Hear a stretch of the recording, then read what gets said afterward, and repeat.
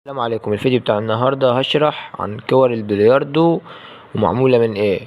في ناس كتيرة كلمتني وقالت لي كور البلياردو عادي تتعامل من البوليستر، عادي تتعامل، بس هي طريقتها صعبة جدا.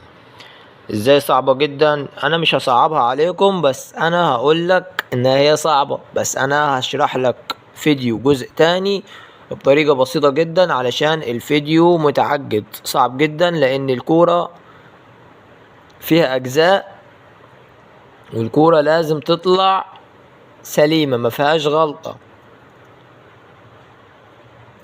تاني حاجة، طب الطقم هياخد كام كيلو؟ الطقم هيبقى 6 كيلو. 6 كيلو، 3 كيلو بوليستر و3 كيلو سيبيداج.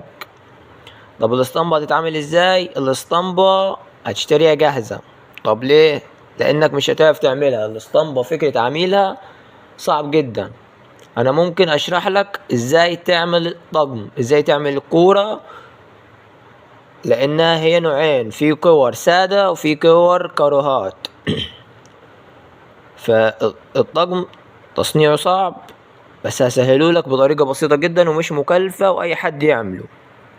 تاني حاجة، سعر الاسطمبة بتاعته هتبقى رخيصة جدا وحلوة واي حد يقدر يشتريها. تالت حاجة، الطقم غالي جدا. الطقم بيتباع ب700 جنيه ومش اصلي، يعني الاصلي هيخش في 1000 وحاجة.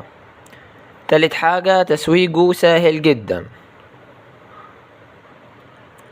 ولو عجبك الفيديو متنساش اللايك والاشتراك في القناة وشجعنا عشان نستمر، وهعمل لك جزء تاني ازاي تعمل بطريقة بسيطة ومش مكلفة، وازاي تطلع الارقام زي الكور اللي انا مصورها لك بالظبط، وازاي تخلي الالوان ثابتة.